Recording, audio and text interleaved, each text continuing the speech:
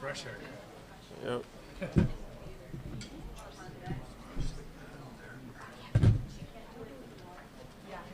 So you got another week at at least we don't know who's going to be the starting quarterback. Do you think the fact you guys have done that the last couple of weeks helps? It helps in what way?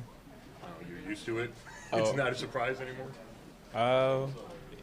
I guess you can say that from that standpoint. Yeah, I mean, it's no longer a surprise. There's no longer a surprise element to it. Yeah. Who's getting cooped this week? I mean, given the opportunity, I'll definitely try to go up there and make plays like that as much as I can. It's really a routine catch, so as long as I get the opportunities, then somebody will get cooped every week. I don't know. That doesn't look like a routine catch, though. I mean, I know you talked about it after the game that, you know, a lot of folks don't recognize that about your game, but it just doesn't look like it's an easy play to make. I mean, it felt pretty easy. I mean, something I've been doing like my whole life. So I guess imagine something that most people think is difficult that you've been doing for a long time. That's easy to you. So it's the same thing. Did you happen to see that it was the most improbable catch of the year based on all those next-gen stats? Yeah, I did see that. I don't know how they come up with those numbers, but you know, it was impressive, I guess. What's your mindset on, you know, as you approach your week? I know you just want to help the quarterback in any way that you can. Right. But when you talk about how you have to do that communication every day about routes and guys you're going against and stuff like that, are you doing that with both Deshaun and PJ to try to make sure you guys are all on the same page? I mean, no. I mean, Deshaun seems like he's going to practice today. So I'll be communicating with Deshaun this week. I mean, barring any setback or anything like that. So, yeah. So you kind of expect him to play this week? I don't know. You have to ask Deshaun. I don't know. Hey, Amari, we've covered some of this ground before, so forgive me. When one side of the ball is playing as well as like this defense is now, and I know you experienced some of this maybe with Oakland and at Alabama, how galvanizing can it be when you have one side of the ball playing at such an elite level? Extremely galvanizing. I know, just me personally, when I see the defense making plays, it makes me want to make plays out there. Like after the game, after I made that catch, Miles, he came up to me. He was like, "Yeah, that one got me up out of my seat." And so it's the same way with me. Like when he makes a sack or a strip sack or something like that, it's gonna get me up out of my seat. It's gonna make me say, "Okay, I gotta step my game up." Yeah, same thing. You guys played so many home games early in the season. 4 of the first 5. I think 5 of the next 7 are on the road. So just how do you guys become a good road team and win away from home? It all comes down to the same thing, you know, blocking, tackling, execution of the plays. It's really no different. I mean, there's a different element to it, playing on the road with the crowd noise and everything like that. But at the end of the day, you have to block all that out and just play football. Did you tell PJ to talk to Jacoby, or did he just? No, I did not. He surprised me. He just came in one day and was like, "Yeah, I talked to Jacoby last night." I was like, "Okay." But that just showed me how serious he was and, you know, his approach to starting last week. What did he show you during the game, PJ? I mean, right from the first drive, you know, we were, you know, driving the ball downfield. He was real confident and everything like that. But,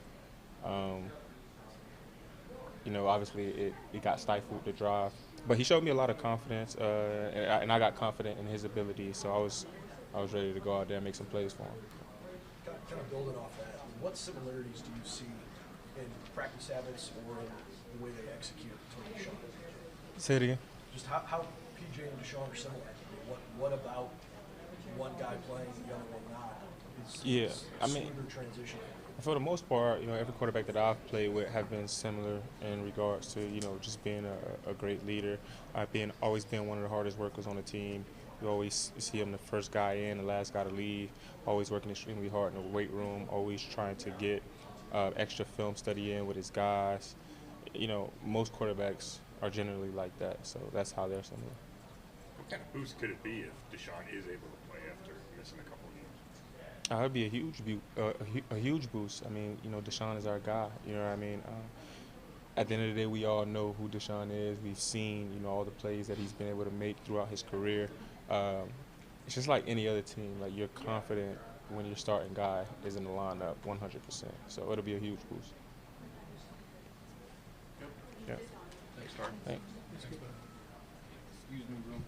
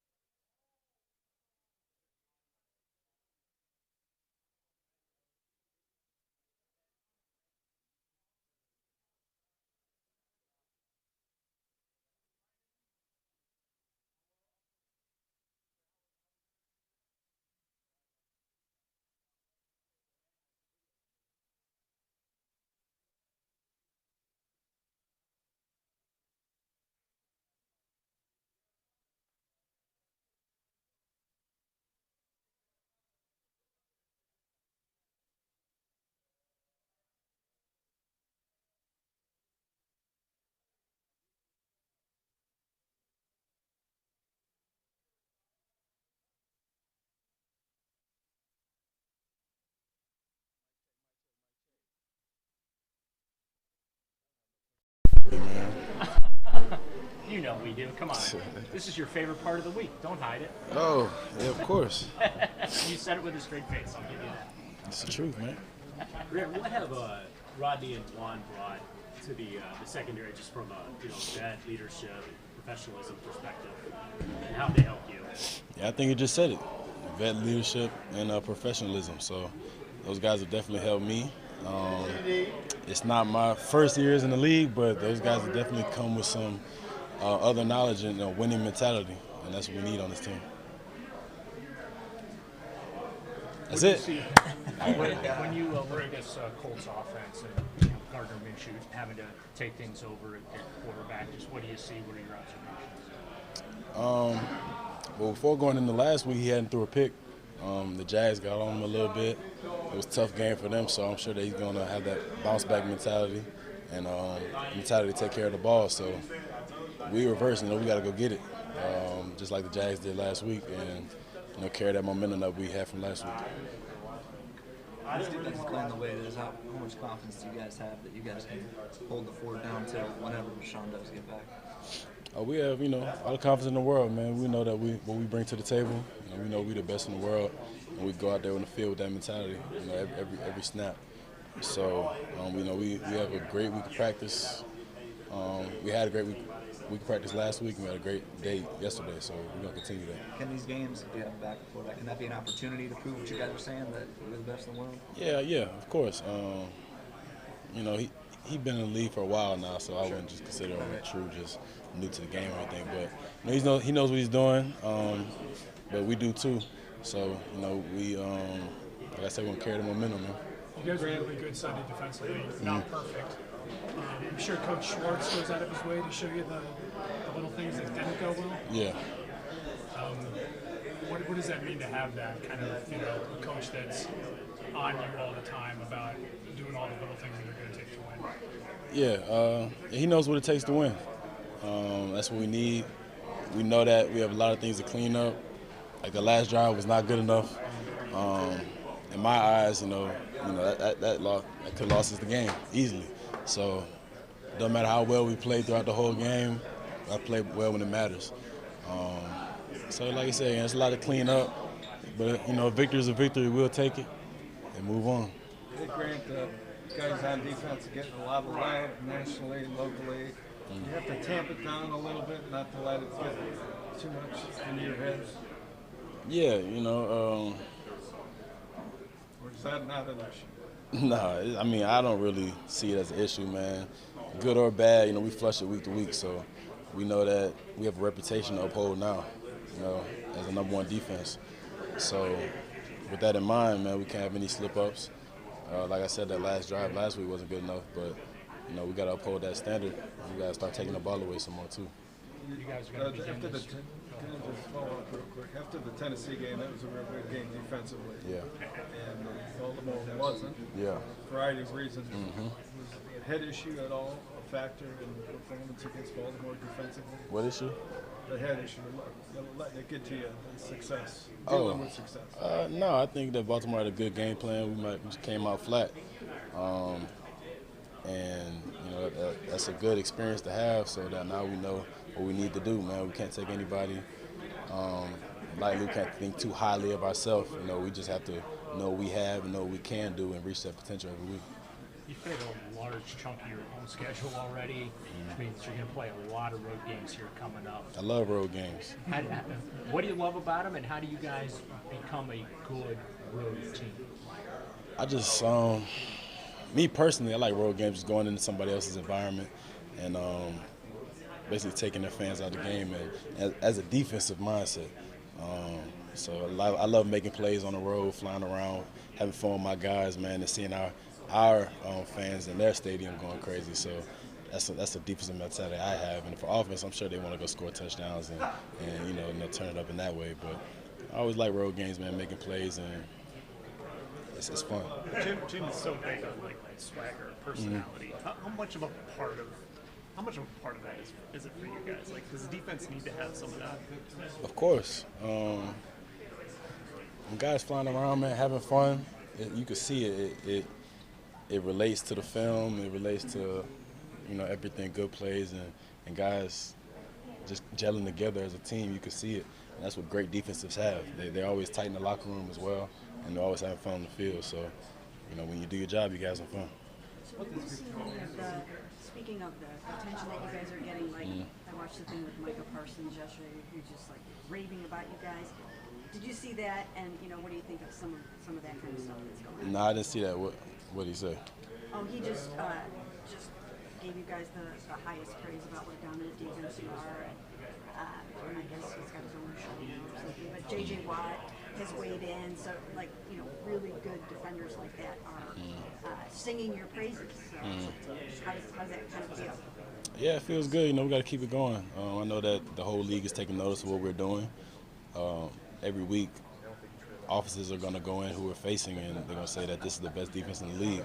So we got to go out there and show them that. So shout out to those guys with the praise, but we're going to keep it going. Has this defense come up with a nickname yet? Nah, I'm going to leave that up to the fans and up to y'all, man. So whatever sticks, it sticks. Let it happen? Yeah, let it happen. Quarterbacks sometimes talk about pressing, trying too hard to make a play. Does that exist for defense? Could you guys? Oh yeah. Can you guys force it? How does that work? Trying too hard to make a play? Yeah. Yeah, you can see that a lot in defenses. Guys trying to jump routes or guys trying to do anything out of the ordinary to go make a play. Sometimes that happens, man, and that's not what you want. How do you avoid that? You avoid that by doing your job. It's simple if you think about it, but in the heat of the moment, sometimes that could happen. But just focus on, every play, man, what you got to do instead of trying to do too much. Grant, what's unique about Indianapolis' offense schematically? Have you seen something similar to what they're going to present yet this year? Well, yeah, it's much different than last week. I say that for sure. Their coach came from Philly, and they have some similarities there. But it's like I said, it's in the NFL, man. So of course there's some similarities in certain games, but much different than last week. What kind of boost would it give you guys if Deshaun can come back out there and play on Sunday? Oh, it's gonna be great. It's gonna be great if he can come back. We love for we need for we ride behind him if he play or doesn't play. So we want him just to be healthy at the end of the day. It's a long season, but whoever's back there, we're gonna be behind him. You guys have a tough running back duo. You have to try and slow down this week. Sure. Dalvin Tomlinson, what's he meant up front? Yeah. As far as making your job easier and the linebacker's job easier in the run defense. DT's a monster, man. He doesn't get a lot of praise. I think he had like one tackle last game, but if you cut on the tape, he's everywhere. He's disrupting. He's in the backfield, and that frees up our linebackers to make plays. So we do have two tough running backs this week. We have the leading rusher in the AFC, and Jonathan Taylor. We already know what he could do, so it's going to be a good challenge for our run defense. Good. Thank you. I appreciate it.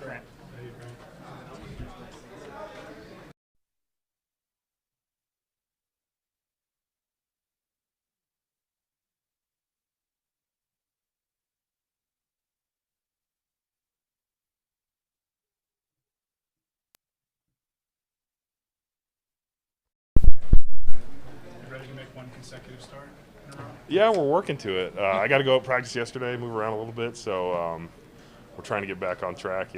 Kevin joked to me if I got 102 straight more starts. I don't know if I have that in me, but hopefully get back out there and try and help the team a little bit. How close were you last week, Joel? I wanted to bad. I was probably being a little selfish, honestly. Like, not just for the streak, but the competitor in me wanted to be on the field because I feel like I can, help the team when I'm out there. But we all decided that it was probably best to not play on 13 days post-surgery, for the remainder of the season, for the 12 other games we have. But it was a tough decision. I was trying to get back there, but it wasn't quite ready. It wasn't quite ready, so it was the right decision to wait a little bit longer. Did you hear from Joe Thomas? Did he pop the champagne? No. I did talk to Joe and Mitch, actually. A few guys, JC, guys that I played with or been a part of it. And honestly, just for advice on the whole situation. But no, he was very helpful in it. But he wasn't. I don't think he was popping champagne. But he did say he was thinking about me. So it was nice. So what happened? Because you looked fine after the game. You talked after the game. What kind of happened? Yeah. So I was kind of dealing with it from earlier in the year. I want to say Pittsburgh maybe. had some knee issues and it wasn't getting better. It was so I was kind of dealing with that for 2.5 games, and it was our chance to go look and see what was wrong, and it was a good thing we did. I already feel a lot better.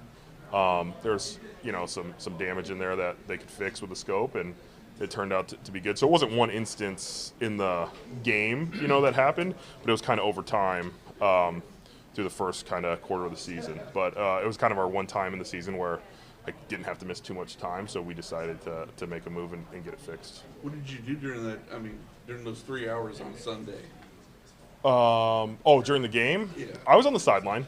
Yeah, I was. It was weird, last time I sat, it was the Pittsburgh playoff game. I was at home for COVID, But this one was different, being on the sideline. But I was super proud of Mike. He obviously got banged up, but he went out there and fought and played well, and the O-line really stepped up. But it's different. I had a little bit more fan mentality, I could watch the defense a little bit more, when you're on the sideline, because you're not looking at the next play. You're going to run on offense and stuff. And I got to listen to, Coach Stefanski call some plays in the headset. I had one of those in. So it was kind of a different perspective. But, it was awesome that they won the game. And it was just a little tap like, all right, we got the win anyway. So it was a good decision. So did you call the direct snap to Harrison Bryant? No. That was a good one, though. Harry's asking for a little bit more money now. He thinks he's a quarterback. So we'll see what happens with that. Speaking of quarterbacks, we were told by a player that Watson may practice today. They're like unknowing, uncertainty, and this guy's playing this day, not practicing. It's not healthy, is it? For Sundays?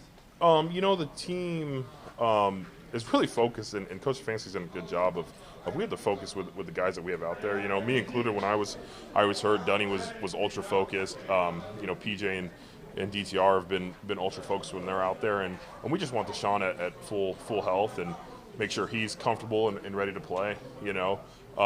We don't have an answer of when that's going to be, and I don't know if he has an answer, but he's trying to work through it. And that's the NFL. There's injuries. There's things that happen like that, and as a player, you really try not to ride the roller coaster, and there's a lot of noise and things like that. But as us, we have to go out there and compete and fight, and the guys that are going to be out there are going to go hard. They showed it this weekend. PJ, Michael Dunn, all stepped up and played well, but not for us to win. But it's one of those things where if he's out there with us at practice, we get excited for him, we're ready to go. But we know PJ and DTR are ready to take reps too if he's not. Grover not playing for them. How does that impact their defensive line? Yeah, he's a really good player. They have two of the, I think as a run stopping and pass rushing group, Grover's one of the better run stopping nose guards in the league. They still have Defoe out there, who's a great player in both phases of the game, and they have some young guys that I'm sure they're gonna move up and have to play some more minutes at the nose guard for him. But yeah, he's dynamic in the run stopping, and he's a penetrating, kind of similar to our defense. They penetrate, they get up the field, and he does a really good job of that. So it'll be interesting to see who kind of takes those snaps away. But they still have a really talented front, and their linebackers fly around and make plays too for them. Go ahead, Ray-Kay. Now that they won the game on Sunday, can you say? Are you sad that the streak is over, the snap and the game streak? For me, it was a tough decision, because I knew my knee was hurting, and I knew I wasn't at 100%, but I felt like I wanted to be out there, for the guys. And so it was a hard decision for me to make anyway with the surgery, and it's almost in a weird way kind of a relief, you know what I mean? That you're not worried about your helmet snapping off or your shoelace breaking or anything like that. If we're winning by 30 points and coach wants to take me out, I'm like, yeah, I can go out now, you know what I mean? We're winning this game. But no, I think it's a testament to the teammates I've had, the coaches I've had, and just the mentors of Joe and Mitch and Greco and Mac. Those guys, fought hard, and it was something in JC, he did it for a long time too. Just stuff I just wanted to be out there with the guys. But for me, it was one game, and we got the win, and the team's always more important. Joel, you kind of touched on it there, but does that just kind of speak to the mentality that's been developed on the offensive line over years and years and years, going back to Joe now, and how much responsibility do you feel to kind of foster that with these younger guys? Yeah, it was, when I first got in the league, I thought it was just like common practice because Joe Thomas had never missed a snap, Alex Mack had never missed a snap, and Mitch had never missed a snap. So I was like, I guess you don't miss snaps, you know what I mean? And so I came in and I didn't miss a snap for my first year, and I was like, all right, this is easy. And then I got hurt in my second year, and that, went down the drain. But it was definitely fostered of this toughness, and guys were playing through injuries, and Mac had the appendix thing, and he played through, and crazy things, you know what I mean? And it was just a pride thing that you wanted to be out there for your guys. And so, yeah, I hope we're still carrying that on, but it was definitely from those guys that kind of did it. Then JC, when he got here, me and him kind of had we played every snap together for 5 years, 4 years. So that was something that we didn't want to let each other down. And so it's been part of the group. And when you're healthy, or you can fight through, we try and be out there. Since you had your assistant coach's hat on last week and could focus on the defense a little bit, what were your impressions of the Browns defense? Oh, it's impressive, the way they fly around. I think we saw some of it in training camp. We weren't sure until you get on the field, but we're they're making some big plays. The DBs are playing well. They're going to pressure up front. I was excited to see, the O-lineman was excited to see Miles versus Trent a little bit. And they finally got some real one-on-one in the last drive of the game. Two obviously great players in this game. But, no, they do a great job. And honestly, we've put them in some tough positions on offense, or I think the stats would be even better because we've turned the ball over a little bit too much, and we've given them some short fields. But they're playing lights out right now, and hopefully we can complement them a little bit more. I was going to say, Amari was saying it does have a galvanizing effect. Do you feel that now, that this defense is really pulling this team together? Yeah, they're doing a great job. It's nice when you score 19 points, and we gave them a touchdown too, but, score 19 points and win a game. We've seen that in a few games this year where the teams have scored 3 points, and even the Steelers game, we gave them 2 touchdowns, but they're playing lights out, and it's positive. We want to do our part and really help so we can have 2 great phases as long as special teams. The 2 games after Nick got hurt, there were a lot of questions about the running game. Just how good was it to watch that running game really get going against a good defense like San Francisco? And now that you're coming back, how excited are you to get those guys going? Yeah, no, it was a great week. I think guys stepped up. I think we moved Jed around a little bit. He was pulling out there, making some big blocks for us. Poe was playing great. Wyatt, all of them really stepped up, and I think Ford and Kareem, had their best game since Nick's gone down, and I think it's just been an improvement, and hopefully we can keep stacking it. But it was impressive. I was so pumped to see it, and when you hit a good run, I just feel like that gives you a little bit of momentum and can really get the ball moving for you guys. Historically, you guys haven't been a good road team, and I realize this is a completely different year. You've played a pretty big chunk of your home schedule already, and you got a ton of road games coming up here. So what's going to be the key for you guys to become road warriors and win away from home? Yeah, we've stressed it. For the offense, it's really about road operation. You have silent counts, you have communication, you have the fans against you. And right now, we're just focused on ourselves and trying to do that. But coach has stressed it. We want to be road warriors. We want to stack wins. We want to really develop that. We don't want to kind of go on this roller coaster of a season. So it's a big week for us. But I think the guys are focused. And like yesterday's practice, I think everybody was high energy and ready to try and stack a win. Sweet. Thanks, guys.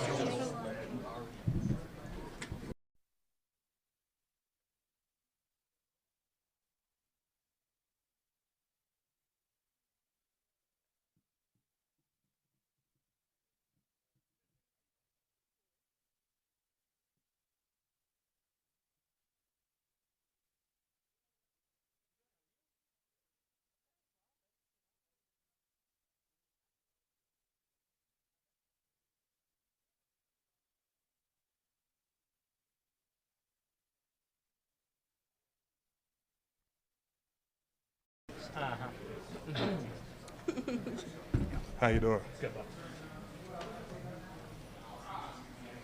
You feel like the unsung hero in the middle of that defensive line there. You're everywhere making plays, but not everyone talks about you. They tend to talk about Za'Darius or I feel like I'm used to being an unsung hero, But, I guess you could say that, but, as long as the team wins and the defense is doing good, I'm happy. You feel me? So, I don't really always look for the accolades and stuff like that. That's what comes with being a selfless player. You feel me? How much pride do you guys take as a defense in being the unit that's sort of driving the winning right now? Take pride in everything, especially up front. We want to go out there and set the tone every week, and this is the guys we have up front. I feel like we have everybody to do it every single play. On TV, Kevin both mentioned how disruptive you were Sunday. Did you feel that during the game? Is that maybe one of the better games you played? I feel like your goal is to be disruptive every play, and I felt like I was blowing some stuff up. But just want to continue that trend, getting better and better. Getting used to the defense. I feel like I got a grasp on everything like I want, and just us up front just continue to be more disruptive every week. Dalvin, what is Jim like on day-to-day, meeting to meeting, week-to-week basis? Energetic. Intense all the time. Always. Coach Schwartz, he's a great guy, and he wants the best out of us. He wants everybody to be successful on and off the field, and just the energy he brings to every single meeting, every walkthrough, every practice, we feed off of it, especially up front. That's the type of energy a defensive line wants, and he gives the energy every single day. If I recall correctly, it looked like you really embraced the whole boombox concept before the game. So just wondering, how much fun was it for you guys to do that, and are you becoming really close as a defense? Oh yeah, I feel like this is one of the closest defenses I've ever played on. I feel like it's a brotherhood from the nose tackle all the way to the safety, and we always hang out together and go out to eat, stuff like that, and I feel like it's a family over here. Is there any fear about all the accolades get to your head? No, because we really block the noise. We really don't know all the stats and stuff until when it's posted or something like that. But you block it out because you have to go 1-0 every week. You have to restart every week. It's a new opponent every single week. And it's NFL. We know how hard it is to win games. So you have to block the noise out and just keep focusing on what the objective is. Does Schwartz kind of send that message in meetings too? Don't read the press clippings and all that? Oh yeah, most definitely. Because Coach Schwartz, he's never going to let his foot off the gas. And he wants to improve every single week. So if we did good last week, we have to do better this week. It's always room for improvement. Dalvin, speaking of blocking out the noise, how do you guys? You played a bunch of home games already. Now you got to go on the road and play a ton of games here coming up. Mm-hmm. What do you guys have to do to really establish yourselves as a good road team? I just have to go out there and like I said, set the tone. But on defense is a little easier. Away games, you get to hear each other. So, and our communication is got to be on point, and the execution of the plays, and just make sure we follow the game plan like Coach Schwartz wants it.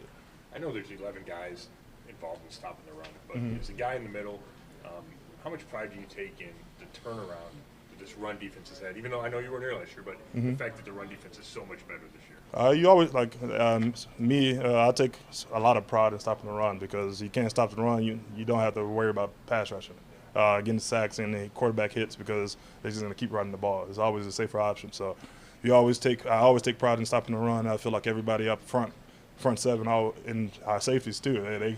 They'll come and hit somebody in the A gap like a linebacker, and I don't think I've ever been a part of something like that. Dalvin, you've talked a lot about how close you guys are as a group and how much this feels like a good situation for you. Just on a big picture level, what do you think of Cleveland? I'm liking it so far. I'm still trying to learn the area. People will be telling me places. I don't know where it's at, so I got to look it up on the phone and stuff. But I'm liking Cleveland. Family's liking Cleveland, and I feel like it's a good thing for me. I know Jim encourages that personality, that swagger. Do you think a great defense needs to have that? Most definitely, because if you go out there uptight and not having fun, it's like you can't play your best ball. You're not having fun. What's your favorite part of playing for Jim? Just the swagger part, probably. I feel like we'll get in trouble if we don't have swag after we make a play. So, and got to have swag with it, got to have fun. And he always preaches you got to have fun with the game because, the NFL is not for long. You don't know how long you're going to be able to play. And just to go out there and make these memories with teammates and brothers, and it's amazing. Have you had a defensive coordinator that emphasized that stuff kind of to the level he does? Not to the level that he does, but I definitely had some that emphasize it, yeah. How excited are you to go against these two running backs? Jonathan Taylor's working his way back. Mm-hmm. The other guy's among the league leaders in rushing right now. Super excited. I like stopping the run, like hitting people. So I'm super excited. I always love the challenge with a good running back. They got a good running back group, and they're one of 32 for a reason. So I always embraces the challenge of going against a good running back. What is the most underrated asset on this defense? Oof, that's a tough question. I don't know. I feel like the most underrated asset would just have to be just like, for us, I feel like the asset is just having fun. Like you could feel the energy watching the film or watching the games of the defense taking the field, having fun, celebrating other people's success. And I feel like that's always undervalued for most teams because a lot of places you see a guy make a play and it's just him celebrating somebody else mad because they missed a play or something like that. When we make plays out here, everybody's going crazy, and that energy transfers to the rest of the game. Schematically, everybody talks about the wide nine being, pass rush, Mm-hmm. pass rush, but its roots are sort of runs in run stopping. What is it about it that makes it, good against the run?